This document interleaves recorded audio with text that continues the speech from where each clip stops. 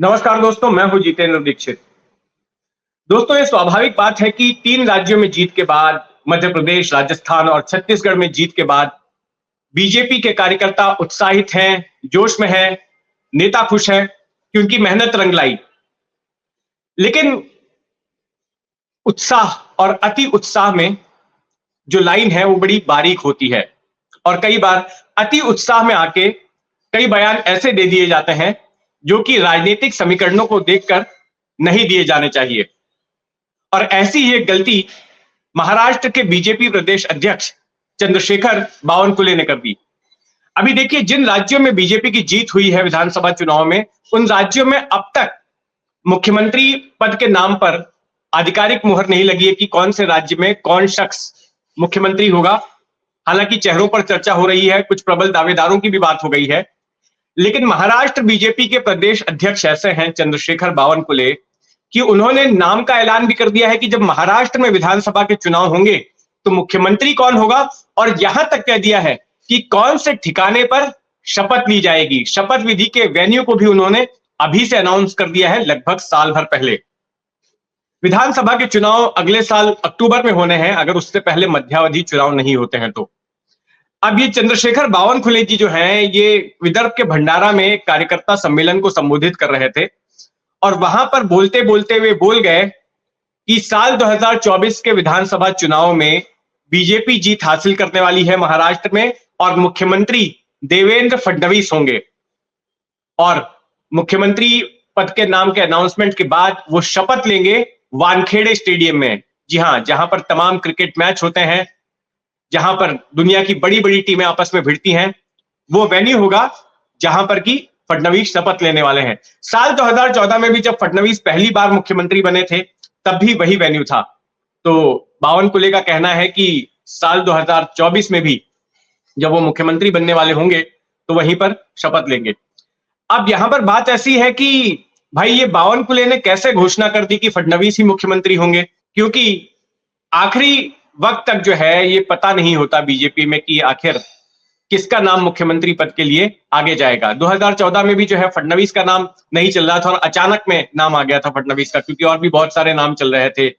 एकनाथ खड़से का नाम चल रहा था, विनोद तावड़े का नाम चल रहा था, पंकजा मुंडे का नाम चल रहा था, लेकिन अचानक में बीजेपी के आला नेतृत्व ने फडणवीस का नाम आगे कर दिया। अच्छा, जब पिछले साल शिवसेना में बगावत हुई तब भी फडणवीस का नाम चल रहा था कि शिंदे को साथ लेकर, शिंदे के साथ जो 40 विधायक आए हैं उनको साथ लेकर महाराष्ट्र में जो सरकार बनेगी उसमें फडणवीस मुख्यमंत्री होंगे, क्योंकि बीजेपी के पास सबसे ज्यादा विधानसभा की सीटें हैं, 106 सीटें।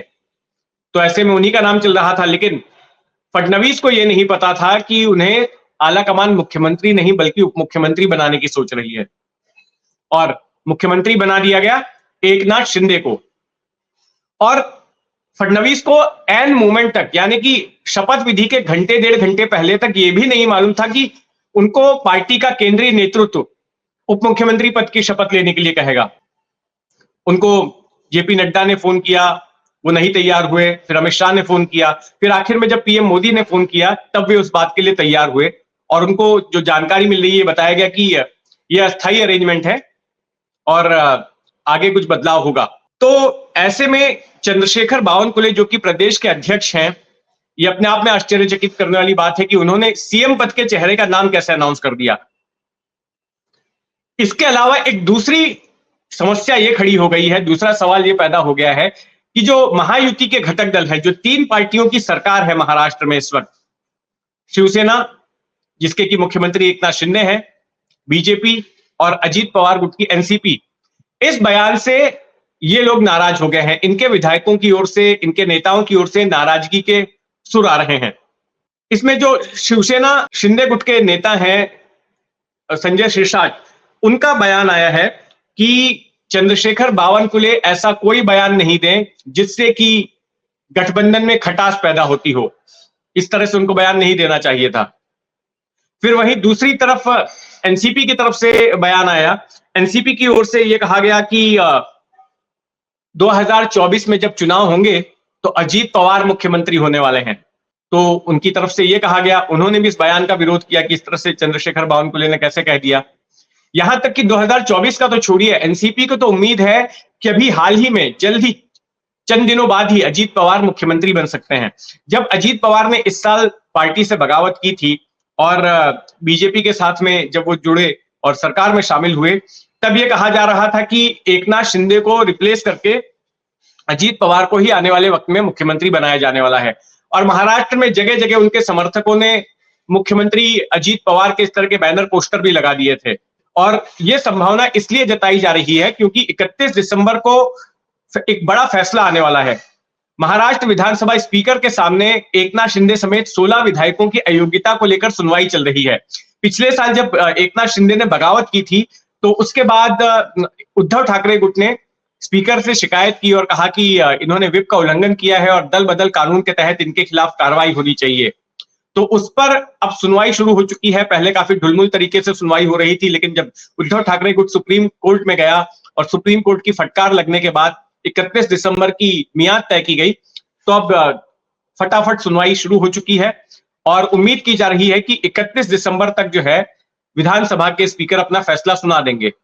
अब अगर विधानसभा के स्पीकर फैसला अयोग्य करने का लेते हैं कि एकनाथ शिंदे और उनके विधायकों को अयोग्य कर देते हैं, तो ऐसे में यह चर्चा है कि एकनाथ शिंदे को मुख्यमंत्री पद से इस्तीफा देना पड़ेगा, उनकी सरकार गिर जाएगी और फिर मौका मिलेगा अजीत पवार को। लेकिन वहीं दूसरी तरफ देवेंद्र फडणवीस ने इस बात को साफ किया कि अगर ऐसा होता है, उनका तो पहले तो यह कहना है कि ऐसा होगा ही नहीं, क्योंकि चुनाव आयोग मान्यता दे चुका है कि एकनाथ शिंदे की शिवसेना ही असली शिवसेना है, तो उसी आधार पर विधानसभा के स्पीकर भी उनको लगता है कि यही मान्यता देंगे।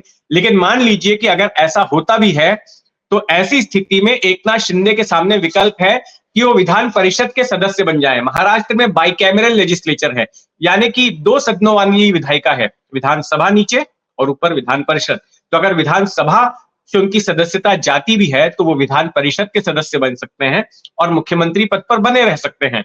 संविधान भी यही कहता है कि अगर मुख्यमंत्री पद पर आपको बने रहना है, तो दोनों में से किसी एक सदन का आपको सदस्य होना चाहिए। अब जैसे एकनाथ शिंदे के पहले जो मुख्यमंत्री थे उद्धव ठाकरे, वो भी विधानसभा के सदस्य नहीं थे, वो विधान परिषद के सदस्य थे। तो ये भी हो सकता है। लेकिन जैसा कि हम देखते आए हैं कि महाराष्ट्र की राजनीति झटके देने के लिए मशहूर हो गई है और खास करके 2019 से झटके दर झटके दिए जा रहे हैं, तो कुछ कहा नहीं जा सकता कि महाराष्ट्र की राजनीति में क्या होने वाला है। तो इंतजार करते हैं 31 दिसंबर का।